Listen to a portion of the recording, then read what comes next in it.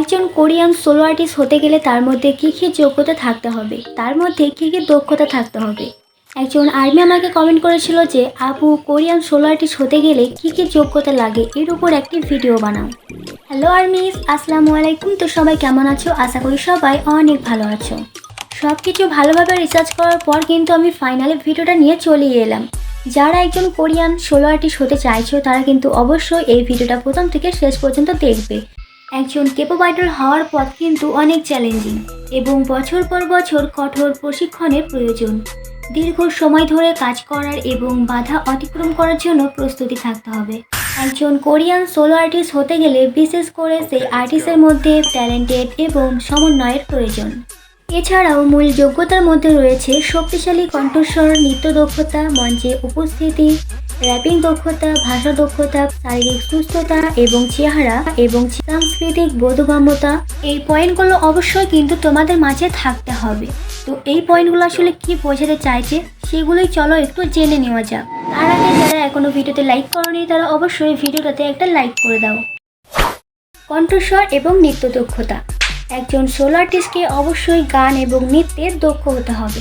একজন সোলো আর্টিস্টের একটা শক্তিশালী কণ্ঠস্বর থাকা এবং নৃত্য দক্ষতা থাকা অত্যন্ত প্রয়োজন। এখানে শক্তিশালী কণ্ঠস্বর বলতে একটা সুন্দর কণ্ঠস্বরের কথা বলা হয়েছে। র্যাপিং দক্ষতা। একজন সোলো আর্টিস্টের জন্য কিন্তু এই র্যাপিং দক্ষতাটা অতটাও কিন্তু বাধ্যতামূলক না, তারপরও এটা মূল্যবান হতে পারে, বিশেষ করে কেপপ ল্যান্ডস্কেপে।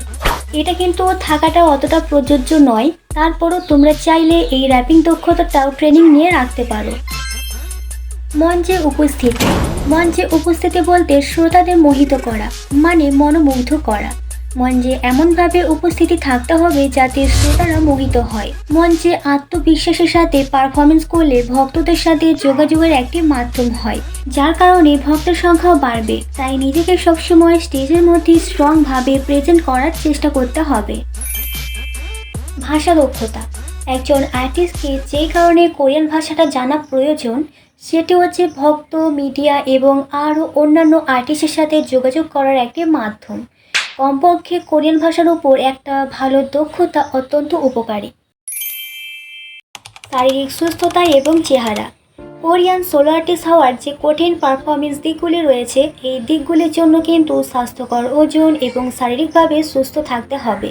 একজন সোলো আর্টিস্ট হওয়ার জন্য কিন্তু অবশ্যই ফিটনেসটা ঠিক থাকতে হবে এবং যদি তুমি শারীরিকভাবে অসুস্থ থাকো তাহলে কিন্তু চান্স নাও পেতে পারো।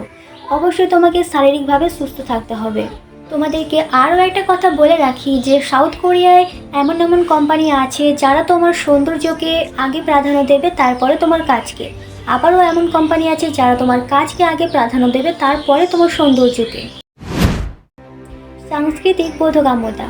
কোরিয়ান সাংস্কৃতিক নিয়ম মানে ওখানকার নিয়মের সাথে পরিচিত হতে হবে, যেমন সৌন্দর্যের মান এবং বিনোদন শিল্পের অনুশীলন। তোমরা নিশ্চয়ই জানো যে সাউথ কোরিয়ায় কিন্তু সৌন্দর্যের মান অনেক বেশি।